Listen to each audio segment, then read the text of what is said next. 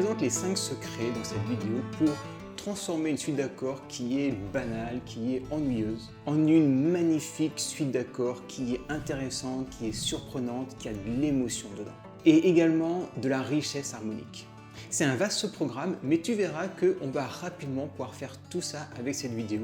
Si tu suis bien les 5 secrets qui sont à chaque fois une étape, il faut la valider pour passer à l'étape suivante, tu verras que tu pourras reprendre n'importe quelle suite d'accords, tu pourras faire le test à la fin. Je te donne à la fin un secret bonus pour pouvoir travailler quelque chose d'hyper important. Et ce 6e secret bonus, ça va être l'enrobage glacé, le chocolat chaud que tu mets sur ta glace qui va refroidir et créer un petit peu ce glaçage. C'est pas grand chose, ça va vite à faire, mais l'effet, il est incroyable.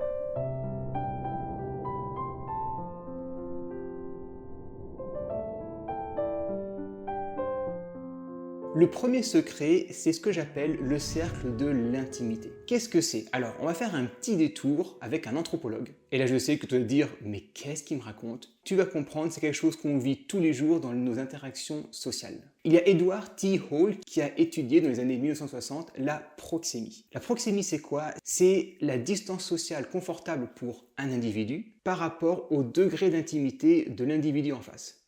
Là, tu vas me dire, je comprends rien. Et tu vas comprendre. Imagine que tu es dans une salle d'attente. Si tu es avec un ami, il va s'asseoir à côté de toi, assez proche, pas de problème. Mais est-ce que tu aurais cette même aisance si un parfait inconnu s'assoit à quelques centimètres de toi? Là, tu vas me dire non. Pourquoi? Parce qu'en fonction d'un inconnu, un collègue, un ami, un proche ou un très très proche, la distance de confort qu'on va avec va s'atténuer. C'est-à-dire que par exemple, avec ton conjoint ou ta conjointe, tu es très proche et tu es très à l'aise avec ça. Avec un ami, tu vas peut-être pas être aussi proche si tu es collé avec un ami.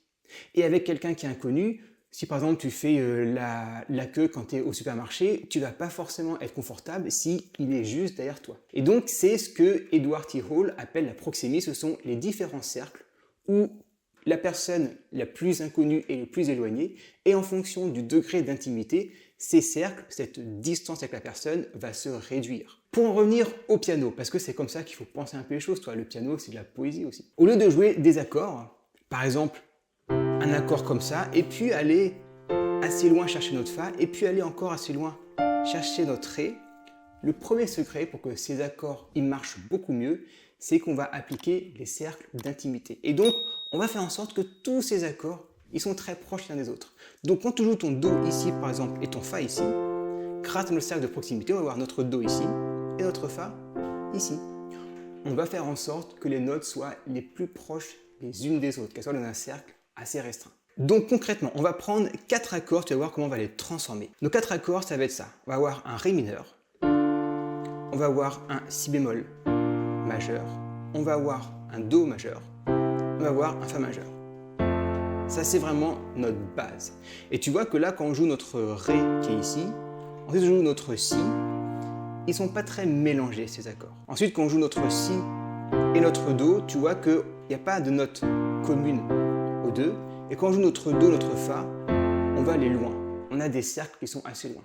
Et donc, on va faire deux choses. On va d'abord enlever à chaque fois une note. Ce qui veut dire que quand on va jouer notre ré, on va jouer notre ré ici, et on va jouer notre la et notre fa comme ça. Quand on va jouer notre si bémol, on va jouer comme ça. Et tu vois que là, on a bien 2 notes et notre si bémol. On va garder ce fa. Et c'est ça qui est hyper important, c'est qu'il va rester dans ce cercle. Ensuite, notre do, on va jouer comme ça.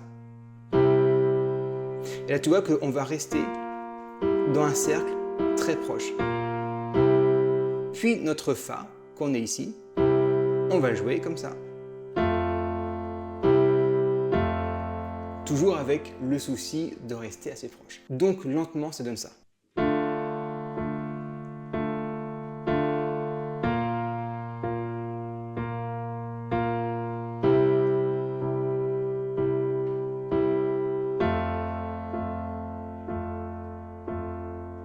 Et donc au final, on va jouer avec les renversements. Le but, c'est à chaque fois d'avoir le plus possible de notes communes, de notes fixes entre chacun de ces accords.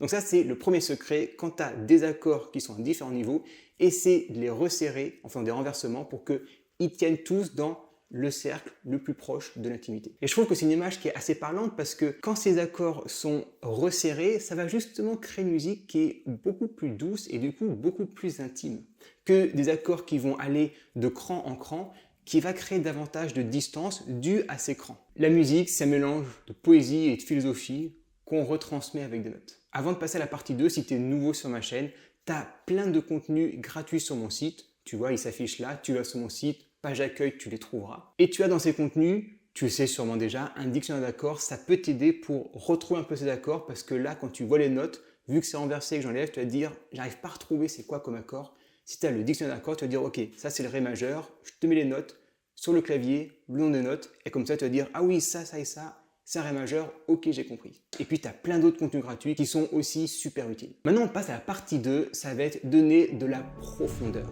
Et donc grâce à ça, donner de l'émotion. Quand tu vas jouer ça, c'est très joli, mais ça manque de profondeur. Et là, le secret, alors quelque chose d'assez simple, mais qui marche toujours très bien, c'est de jouer à l'octave.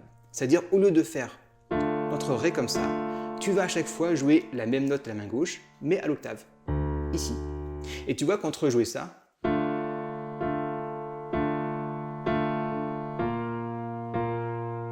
et jouer ça,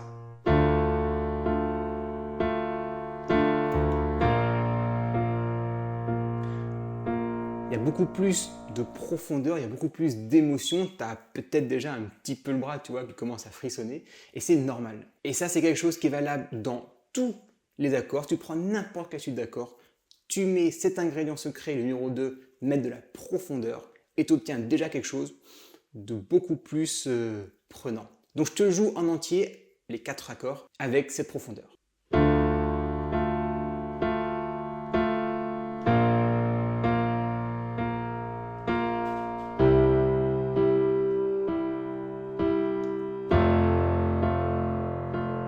Et on reprend.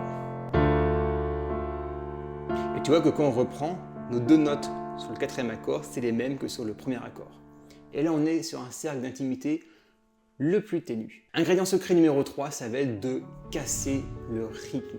Parce que si le rythme il est monotone, en général, les accords vont être, l'enchaînement des accords et la suite d'accords et la progression d'accords, et il y a beaucoup de mots pour désigner la même chose, ça va être monotone. Alors tu peux commencer comme ça au début, tu vois, pour poser un peu le décor, mais il va falloir que tu casses le rythme. Alors ce que tu peux faire, tu as 1000 façons différentes, tu en as même un nombre illimité, mais tu peux, ce qui marche très bien, c'est utiliser le balancement. C'est-à-dire qu'au lieu de jouer à chaque fois toute note plaquée, on va jouer une note, puis l'autre, une note, puis l'autre. Concrètement, ça donne ça. Au lieu de faire ça, on va faire ça.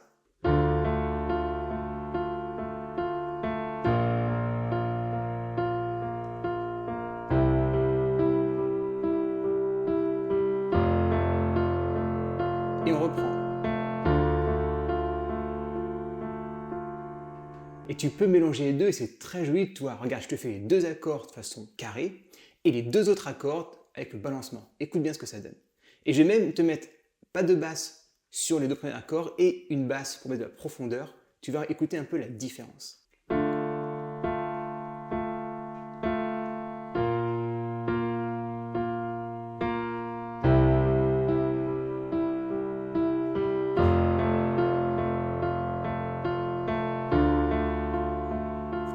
Tu vois un peu, t'entends que ça commence à bien prendre forme. Maintenant, 4e partie, on va redistribuer les cartes.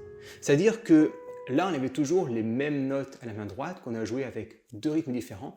Maintenant, on va modifier un peu ces notes. Donc quand tu joues ton Ré mineur comme ça, eh bien pourquoi pas, par exemple, le jouer comme ça. Quand tu joues ton Si bémol, le jouer comme ça, pourquoi pas le jouer comme ça. Le but, c'est que tu restes dans le cercle d'intimité. Et en fait, ce qui va tracter tout ça, parce que là, tu vas dire, il faut que tout que change. Pas exactement. En fait, il faut que tu changes le premier accord. Et de ce premier accord va en fait découler tout le reste. Parce que si ton premier accord, au lieu d'être ici sur le clavier, il est ici, les autres devront être ici. Donc les autres vont découler avec ce premier accord. Donc il va juste falloir un peu chercher, mais ça ne sera pas aléatoire. Donc par exemple, si je te fais le Ré ici, donc Ré mineur, et bien le Si, je peux le faire comme ça. Comme ça, je maintiens mon Ré. Ensuite, le Do, je peux le faire comme ça. Ou là, les notes sont proches. Et puis le Fa, je peux le faire comme ça. Alors qu'avant, on avait ça.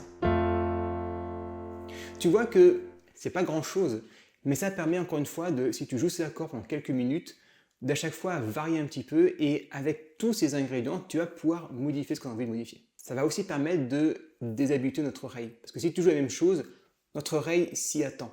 Et ce qui fait la beauté de la musique, écoute les symphonies par exemple, ça va être ces moments de joie et de tristesse, ces moments de calme, de rapidité, de sérénité et de tempête. Ça va être à chaque fois ce contraste. Tu sais, on dit souvent que la vie c'est comme une symphonie, c'est jamais linéaire. C'était des moments super heureux, des moments tristes, des moments calmes, des moments de doute. Et la vie fait ça comme une symphonie. La vie, c'est une grande symphonie. Et donc, quand tu joues une musique, il faut aussi sans arrêt varier. Varier le rythme, lent, rapide, varier les tensions, varier les notes comme ça pour que notre oreille s'attend à quelque chose. C'est monotone si elle sait déjà à quoi elle s'attend. Par contre, si tu crées de la surprise, là, ça va permettre de créer à nouveau de l'attention, de créer à nouveau une musique intéressante. Le cinquième ingrédient secret, ça va être ce que j'appelle l'amorce. C'est-à-dire qu'on fait à chaque fois une basse comme ça. Je prends notre accord de Ré.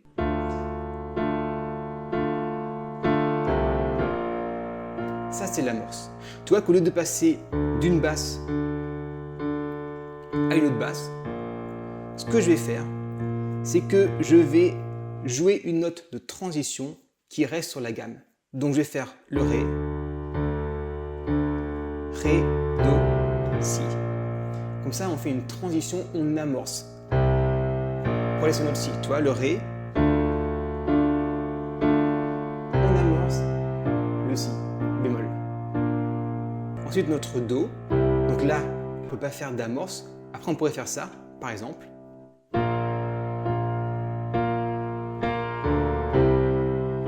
Ça passe. C'est pas forcément l'esprit du morceau. Et pour le Fa, tu vois, le Sol et le Fa. Ça te permet aussi du coup de modifier ta basse, de la faire parler un peu plus, de créer un peu plus de dynamique. Tu peux essayer sur n'importe quelle note de la gamme, pas forcément juste à côté. Alors, en général, ça sonne mieux parce que c'est plus doux comme transition, mais tu peux essayer un ton et demi, 2 tons d'écart et voir un peu ce que ça rend. Il n'y a aucune règle dessus, simplement ce qui sonne bien à tes oreilles. Je te le montre en te le jouant en entier.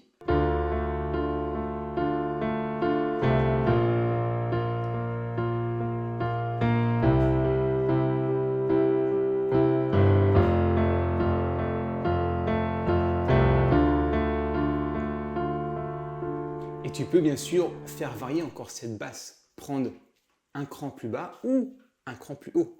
À toi de voir, à toi d'essayer, il y a plein de combinaisons possibles. Et pour ça, il faut que tu comprennes comment est faite la musique, il faut que tu comprennes comment on structure la musique, il faut que tu comprennes comment on crée des gammes et surtout comment on utilise les bonnes notes avec les bons accords, comment on harmonise. Si tu veux savoir tout ça, comment on crée la musique, comment on improvise, comment on est maître de son instrument, tu as ma super formation pour apprendre l'improvisation. Tu as tout dedans pour faire des super impros.